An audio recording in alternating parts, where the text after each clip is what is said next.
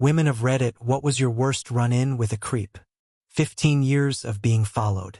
There was this guy at my university who followed me around for about 15 years. It sounds unbelievable, but it happened. I have a pretty unique last name, one that is not very common. Back then, students could use a system called Pine to see who else was logged in and where they were on campus. This guy would use that command to track me down and then show up at the computer lab just to sit next to me. He didn't stop there. He looked me up in the phone book and actually showed up at my parents' house. After I got a restraining order against him, you would think it would be over, right? Nope, wrong. I was speaking at an international conference in a different country, in a really specialized scientific field that he definitely had no business being part of.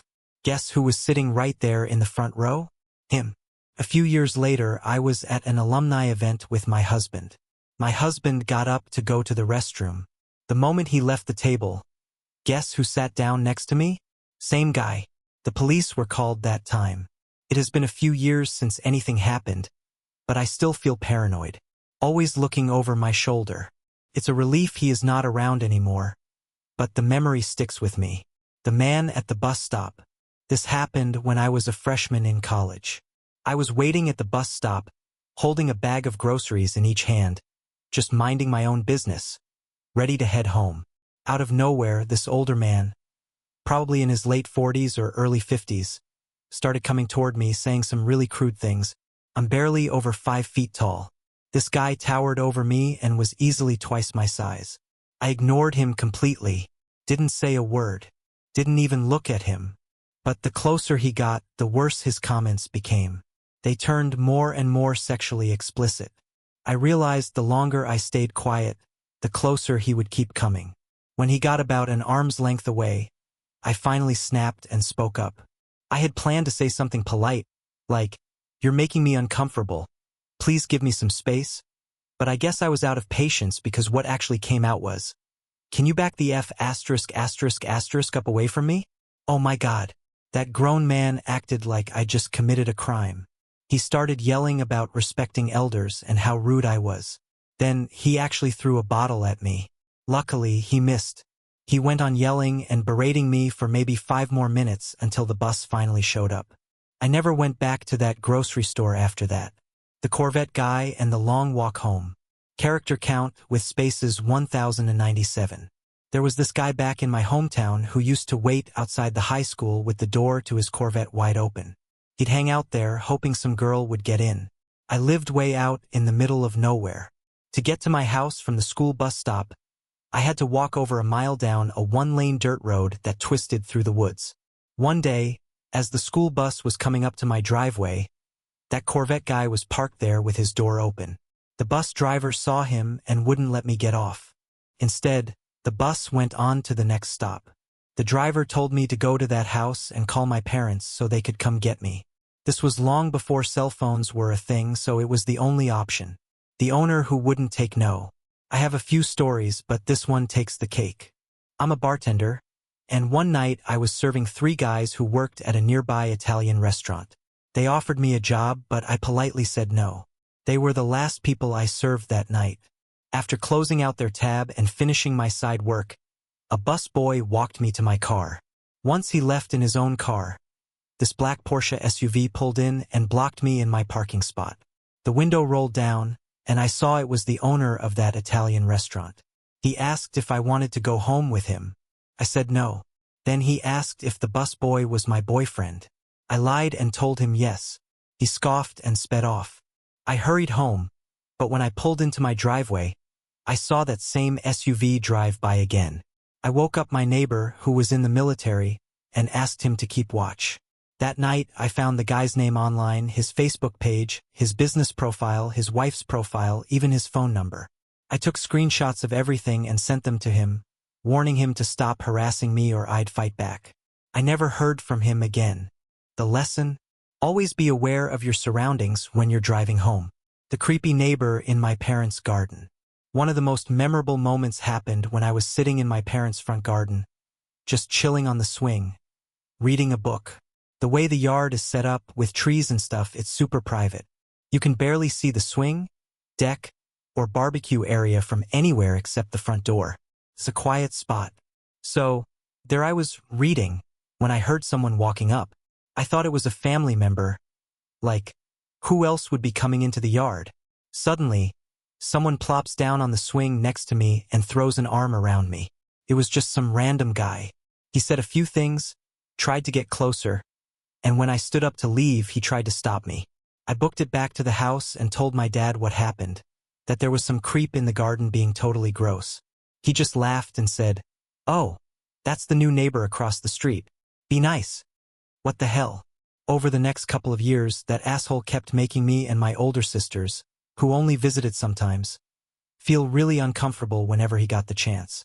There's more to the story, but here's a kicker. He had this poor, but big and angry dog that was always loose in the neighborhood and killing other people's pets. That guy still makes my blood boil just thinking about him. The creepy regular at work. There's a guy who stays regularly at the hotel where I work, and every female staff member knows to avoid being alone with him. He has this habit of asking if we know any places nearby for adult fun. If you just act clueless like you don't know what he means, he'll get blunt and say he wants to hit up brothels and have a good time without his wife. Then he starts offering money, different amounts, to spend the night with him. He'll ask what you like in bed and what you're willing to do. He got obsessed with one of our coworkers before she left. Security actually had to escort her around because he followed her to her car one night and was making creepy, suggestive comments. One time, I got stuck alone with him behind the front desk. He stood blocking the only way out, started his usual chat, and I told him I wasn't interested. Then he began asking what time I finished work, if I lived nearby, and if I walked home alone. My male coworker showed up then, but the guy kept creeping on me from a distance for the rest of the day and watched me leave.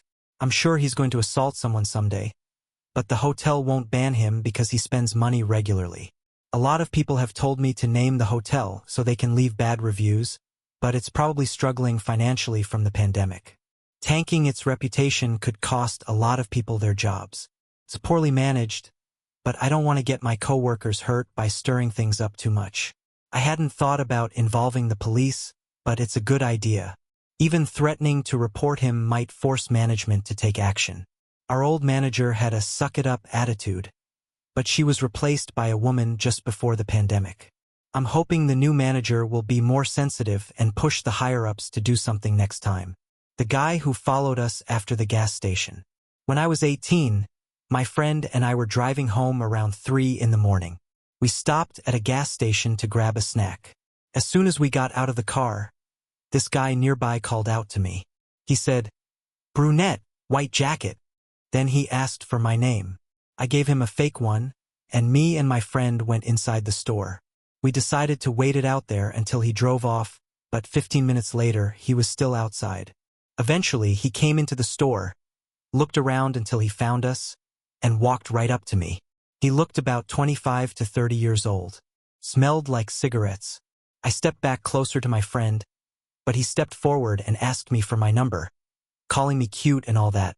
I lied and told him I was a minor. He actually respected that and backed off. Before leaving, he said, "Good to know. Maybe next time." We watched him drive away and waited about 5 more minutes just to be sure he was gone. When we finally left, got back in the car, and pulled out of the parking lot, I saw his car parked on the side of the road. As we drove past, his car turned on and started following us. I begged my friend to take the long way home, not only because I didn't want to lead him to my house, but also because the long route passes a fire station where I could have gotten help if he followed us that far. Luckily, we lost sight of him, made it home safe, and I never saw that guy or his car again. Weird Larry and the Quarters.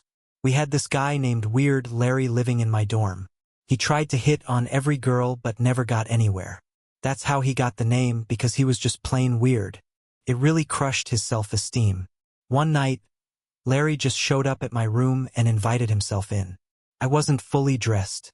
He took that as an invite and climbed right up into my bunk bed. I told him to get down, but he asked me to come up so we could have sex.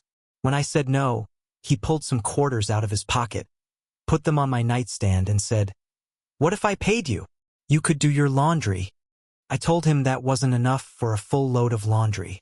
Then he started crying and got snot all over my pillow.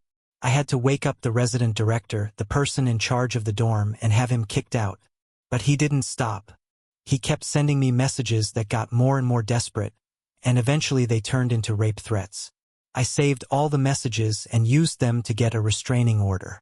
Other girls came forward, and Weird Larry got evicted from the dorm and had to drop out of school.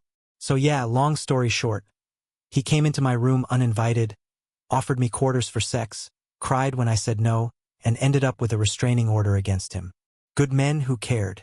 When I was in elementary school, I used to follow around a couple of neighbors whenever I had some free time.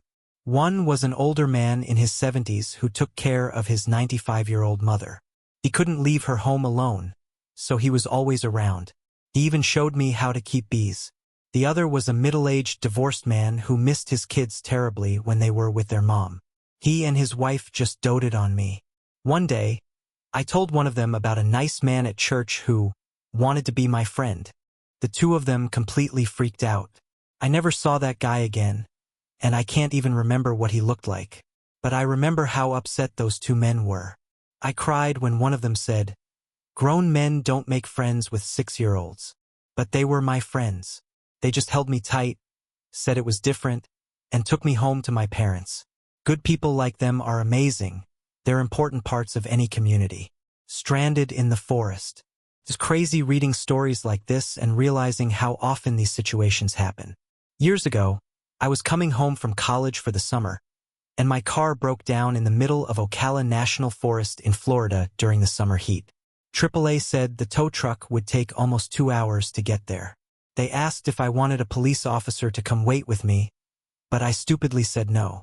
I was sitting in my car with the windows rolled down when this guy in a wife beater and cut-off shorts showed up on a rusty bike and offered to help. I got a bad feeling right away and thanked him, but I lied and said my dad was just around the corner. I stayed inside the car the whole time. As I kept firmly refusing his help, he finally left, but then circled back about 20 minutes later, probably realizing I lied. He kept pressuring me, but I had my doors locked and only cracked the windows enough to not suffocate in the 100-degree heat. Another man driving by stopped and asked if I needed help, and the creepy shorts guy started yelling at him, calling him a pervert. They argued for a couple of minutes before the second man sped off. What I didn't know was there was a ranger station about a mile down the road. One of the rangers must have driven by, saw the creepy guy, and called for backup. Soon, 3 big park rangers showed up, shooed the guy away, and pushed my car to a safe spot by the side of the road. They stayed with me until AAA arrived. Hours later, the police finally called and asked if I still needed help. They said they hadn't come sooner because they didn't want to drive all the way out there if I didn't need them anymore. To this day, I am so grateful to those park rangers for recognizing what was happening and stepping in. Who knows what could have happened if they hadn't. The creepy neighbor. A few years ago, I was living in a tiny condo right next to some trails in San Diego. I had a pretty strict routine for running and hiking. One night, it got dark faster than I expected. As I was almost done with my hike, a man who looked about 6'3" and 200 pounds came up to me. He had a smirk on his face and told me to be careful, saying there were many things that could hurt me once the sun went down.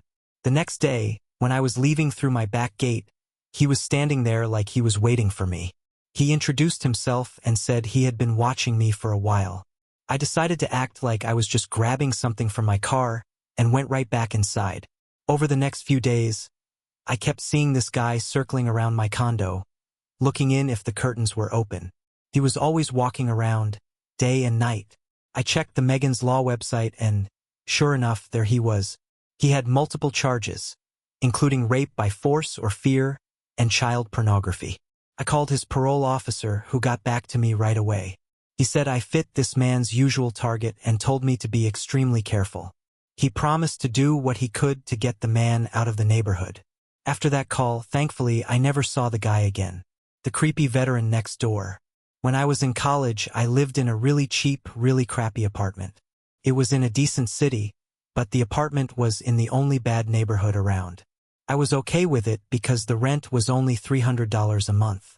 Because it was so cheap, people would move in and then leave after just a month or two. One of those people was an older guy, probably in his 50s or 60s, and a veteran. First, he seemed polite. But after a few days, I started catching him doing weird stuff, like leaning around a wall to watch me when I was outside. When my boyfriend wasn't around, he would wait until I was outside alone and then run up to start talking. The talks seemed harmless at first but soon got creepy. He started asking me questions like what my favorite sex position was and other stuff that was way too personal. About 2 months in, I was leaving my apartment around 10 at night and saw him stumbling around the parking lot covered in blood. I didn't stick around and never saw him again. A few days later, my landlord knocked on my door looking pale and asked if I had seen anything unusual about the guy. I told him I had, and he explained that if I ever saw the man on the property again, I needed to call the cops first and then call him. Took some pushing, but he finally told me why. When he went in to clean out the guy's apartment, all he found was a dirty mattress, a broken toaster, and a full-on sex dungeon. I don't know exactly what all that meant, but he said the place was packed with bondage and restraint stuff. Thinking about it still gives me chills. The anime convention creepers.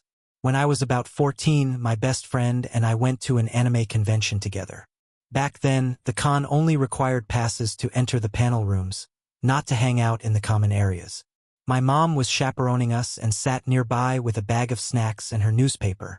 We had to text her every hour to update her on where we were and what we were doing, or we both had to check in with her.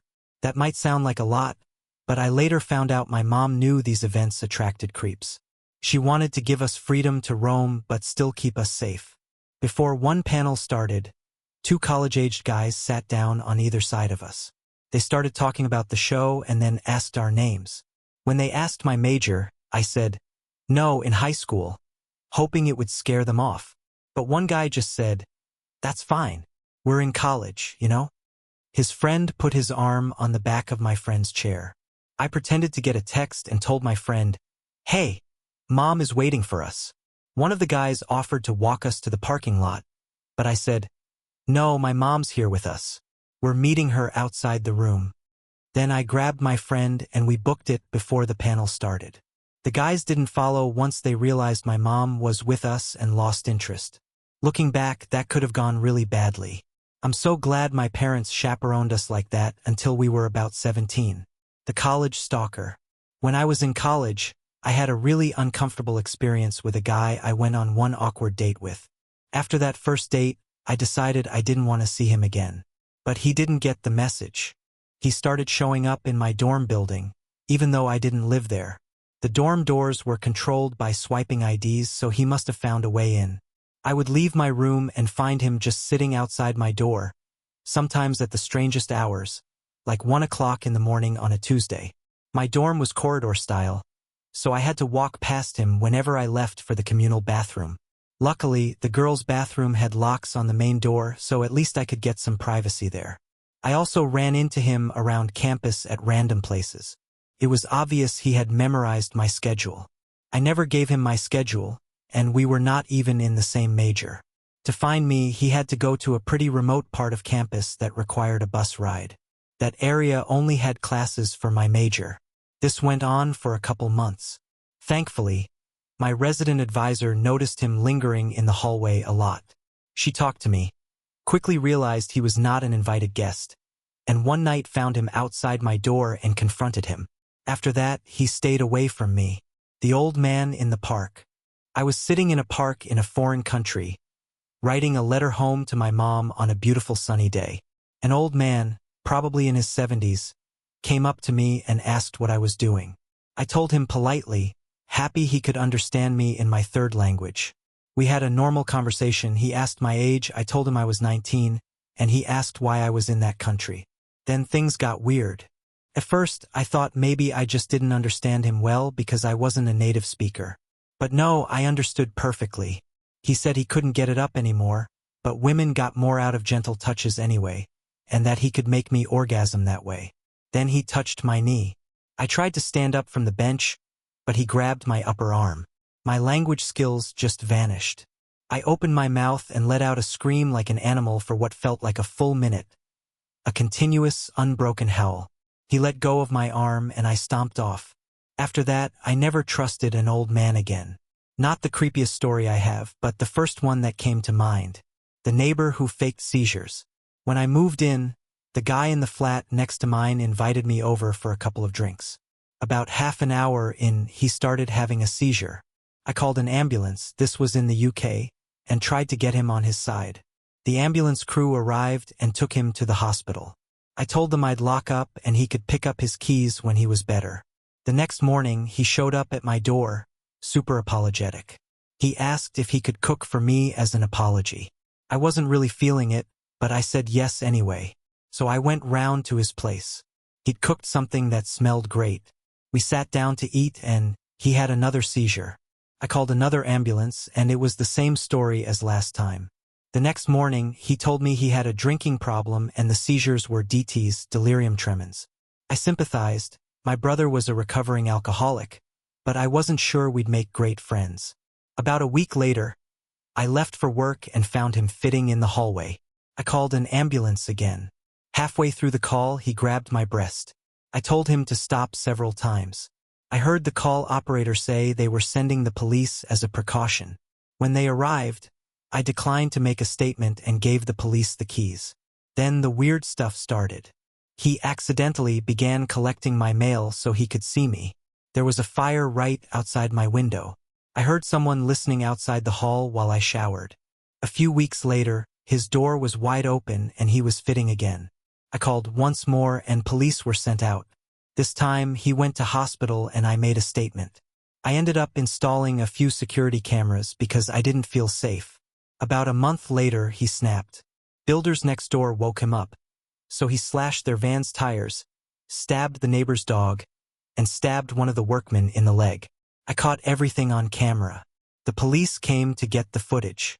One officer, who had attended his seizures, pulled me aside. He told me that both times the guy got into the ambulance, he immediately stopped fitting. At the hospital, he was abusive to staff who said there was nothing wrong with him, then discharged himself.